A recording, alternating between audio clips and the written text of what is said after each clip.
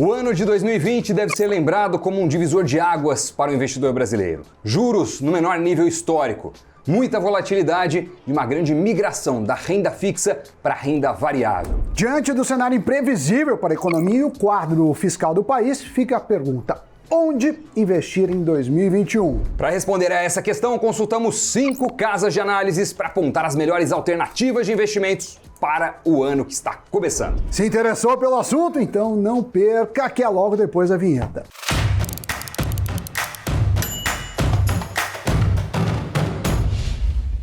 Amiguinhos e amiguinhas, um dia após o outro é o que temos dá para esse ano, certo? Certo. Certo, Sammy Boy. O que você tem a dizer a respeito da virada, dessa transição? Se chovesse achocolatado, a gente ia se molhar todinho. Reflexão, muita reflexão. Tem mais uma? Não, tenho, tô no site de reflexões. De reflexões. Você costuma fazer projeção de metas para o ano, agora que estamos no início de 2021? Não, 2020 nos ensinou a não fazer previsões. É mesmo? Eu faço, hein? Ainda sou teimoso e faço as previsões. Vamos ver ao final do ano se elas irão se concretizar, se verificar ou não. Espero que você tenha tido uma boa virada de ano, tenha tido um bom Réveillon, toda a situação atípica que vivemos, não é? Talvez não tenha dado para participar de uma festa como a que você queria, mas enfim, pelo menos que tenha sido simbólico para você. Olha só, para tentar responder a pergunta deste programa sobre onde investir nesse ano que se inicia, a equipe do Invest News consultou 5 casas de análises: a Levante, a Nord Research, a Inversa, a Eleven Financial e a Suno Research. A matéria completa foi feita por nossa intrépida repórter, a Caterine Rivas. Se você quiser ler tudinho, é só clicar no link que está na descrição deste Cafeína de hoje. Exatamente. Mas trouxemos hoje, além das expectativas de analistas, diferentes tipos de investimentos para 2021. Renda fixa, renda variável, fundos imobiliários, small caps, tudo para você, investidor, analisar cuidadosamente de acordo com o seu perfil e também poder diversificar a carteira. Aí vale aquele disclaimer que não é uma indicação de compra, mas sim um termômetro do que profissionais da área esperam para este ano. Perfeito. Após uma das piores crises dos últimos tempos, o mercado espera que a recuperação econômica seja impulsionada em 2021 pela vacinação em massa contra a Covid, além da reabertura dos países desenvolvidos após a segunda onda da pandemia. Segundo a projeção da Eleven Financial Research, a recuperação será puxada pelo cenário internacional, tendo a China como o principal propulsor da retomada. O país asiático se consolidou como líder global nos últimos meses, após sua rápida recuperação do PIB e indicadores como vendas no varejo, por exemplo. Do outro lado, lá nos Estados Unidos, temos o quê? O democrata Joe Biden na presidência, e os mercados globais devem ser favorecidos com a sua política de estímulos econômicos, mais propensa a ajudar a acelerar o consumo americano. Entre as consequências, o mercado espera um dólar mais baixo e um maior fluxo de investimentos estrangeiros ingressando em países emergentes como o Brasil.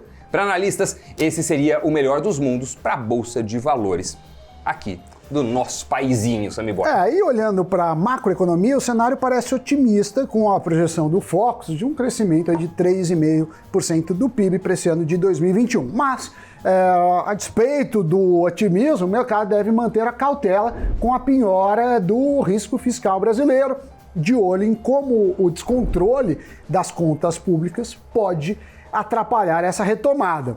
Diria que esse ponto é o de maior atenção, com potenciais impactos negativos nos investimentos. Então também é um ponto de risco para a Bolsa de Valores. Exato, e é bom lembrar, evidentemente, que o ano passado foi um ano muito atípico, onde o PIB caiu fortemente, então é provável uma recuperação econômica e por isso essa projeção de 3,5% de crescimento para o PIB desse ano. Vamos ver se vai ser mais ou se não vai conseguir chegar nesse patamar.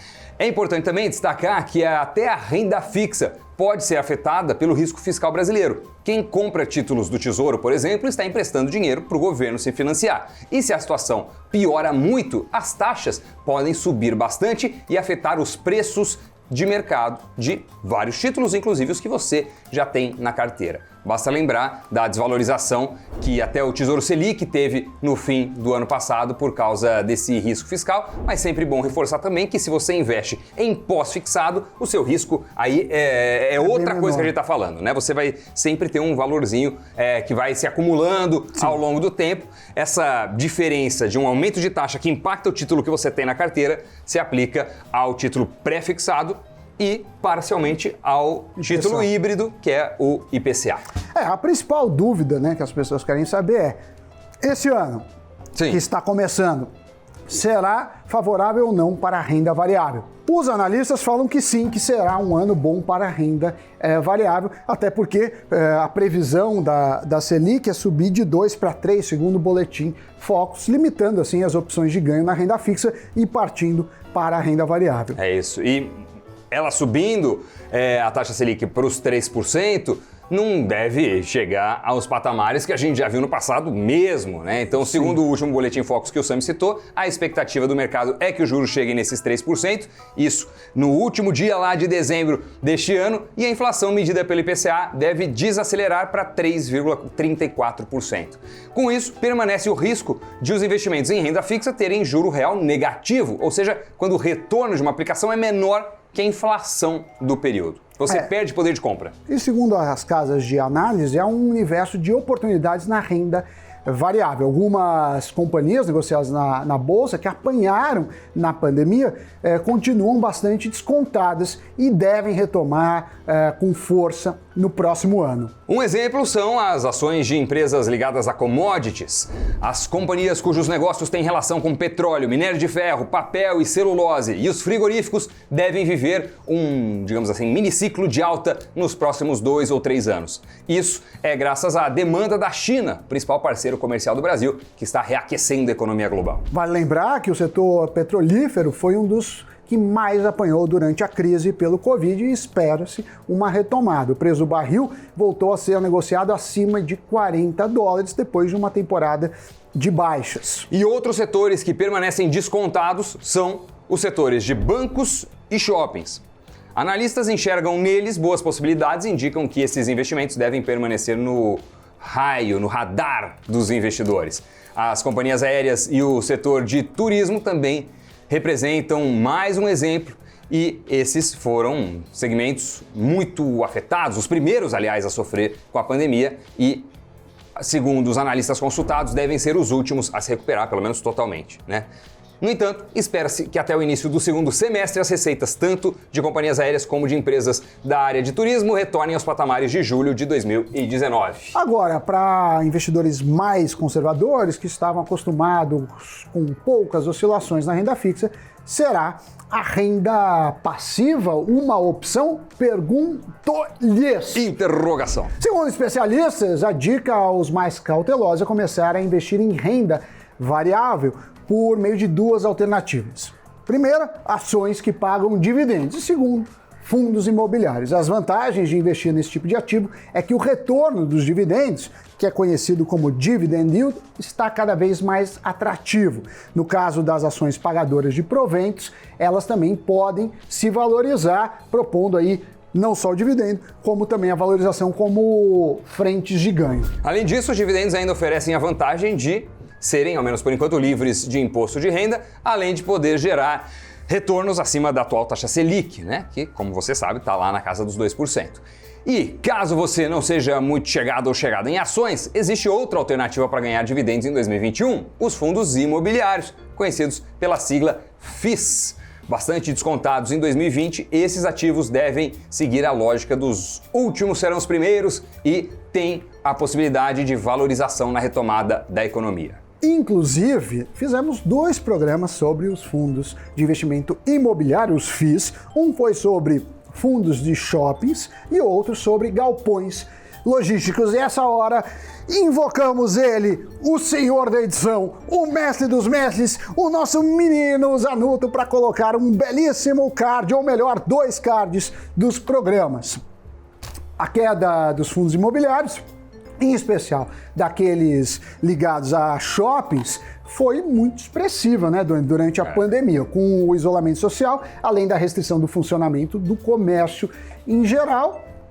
esses fundos foram gravemente afetados. Porém, aguarda-se uma recuperação agora em 2021, sendo essa uma boa opção para quem olha em dividendos e acredita, obviamente, nessa recuperação mercadológica.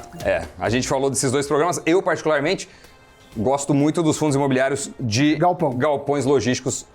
Entre os dois representam a minha preferência, né? E por último, mas não menos importante, as casas de análise consideram as ações small caps como os ativos com melhor desempenho potencial para 2021. Muitas dessas pequenas companhias ainda estão bastante descontadas, ou seja, estão sendo negociadas a um valor que os analistas entendem que é menor do que o que seria o preço justo delas de mercado, e são boas oportunidades para aplicação, tem uma expectativa de crescimento. Por serem companhias de menor porte, há muito espaço para valorização na comparação com empresas maiores da bolsa. Em consequência, os retornos para o investidor, neste caso, também são maiores, evidentemente. E na Easy Invest temos ele, o analista Murilo Breder, que lançou recentemente uma carteira com 8 small caps de vários setores. A escolha dos ativos foi feita com base em bons fundamentos e com potencial de valorização de 20% a 30% em 2021. Então, é a dica do especialista. Exatamente. Murilo, que é craque, gente finíssima, vale a pena ver as apostas dele, ver os relatórios ali, manja muito de ações e de small caps, então nem se fala. Para os investidores que buscam se proteger da variação cambial e ter acesso a setores fortes e promissores, o que acontece? Os analistas recomendam investir também em ações estrangeiras e BDRs. Porém, além desses, nós não podemos nos esquecer ainda, caso seja seu interesse, do ouro, né? Vamos falar dele. Em 2020 foi um dos investimentos com maior rentabilidade, seguido do dólar. Obviamente que esse resultado foi justificado pela crise do coronavírus, já que esse é um ativo de proteção, ou seja, quando dá ruim, ele sobe, né? Mas 2021, vamos ver o que vai acontecer, não sabemos exatamente, né? Provável que 2021 não tenha como um dos ativos que mais valorizam o ouro, pelo menos essa é a minha aposta. Não acho que vai se repetir. Acho que só se 2020 tiver agora. uma crise gigante, o ouro vai valorizar. Quando tudo vai bem. Quiser ter para proteção, beleza. Né? Não sei. Mas a gente também, falando em programas, fizemos também Cafeína sobre Ouro. A gente fala de muitos assuntos e ele é um ativo que joga na defesa, né, Dudu? Então, para quem gosta, ele funciona como seguro, que nem muita gente tem seguro de carro, que você compra para não usar. Independentemente de termos uma vacina contra a Covid no braço do povo, né? Nos braços do povo, ou nos braços do povo seria, nunca sabemos o que pode acontecer. Crises fazem parte, né? A gente aprende que crises vêm de onde menos espera. Teve pandemia, mas eu mesmo já vi muitas crises ao longo da minha vida.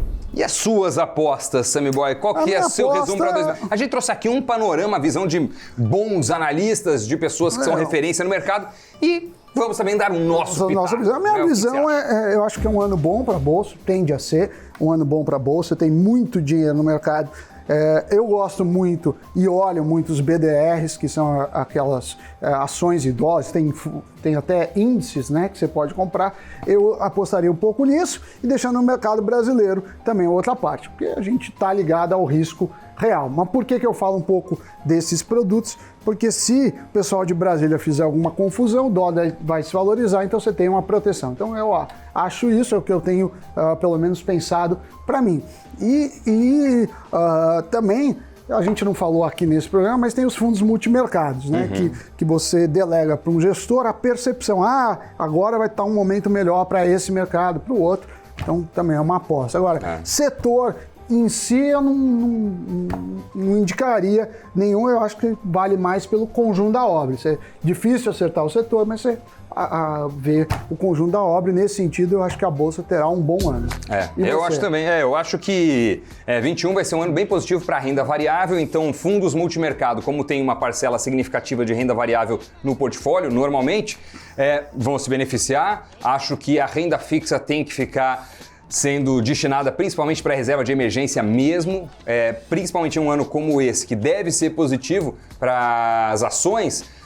é importante deixar o dinheiro, aquela parcela que você pode precisar a qualquer momento ali, protegida num investimento de altíssima liquidez e um investimento seguro também, como o Tesouro Selic, ou como um CDB de liquidez diária, ou então como um fundo DI, mas o pesado da aposta eu sugeriria que de fato fosse direcionado para renda variável, né? Ações entre as alternativas. Então é o que eu estou fazendo com o meu portfólio. Eu acho que vai ser um ano muito bom para a Bolsa, acho que vai ser um ano bom em geral para vários setores. Small caps, eu tenho a mesma percepção, acho que em um momento de recuperação econômica, as menores crescem com maior agilidade ainda.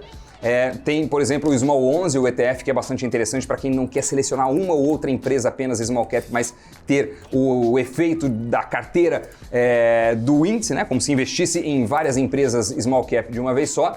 E acho que tem algumas áreas que são interessantes também. A gente falou de fundos de investimento em galpões logísticos, me parece uma aposta boa. A área de varejo, acho interessante. O setor bancário tem potencial de recuperação porque está defasado, não porque grandes bancos sejam a tendência para o futuro, mas porque acho que ainda tem uma recuperação potencial.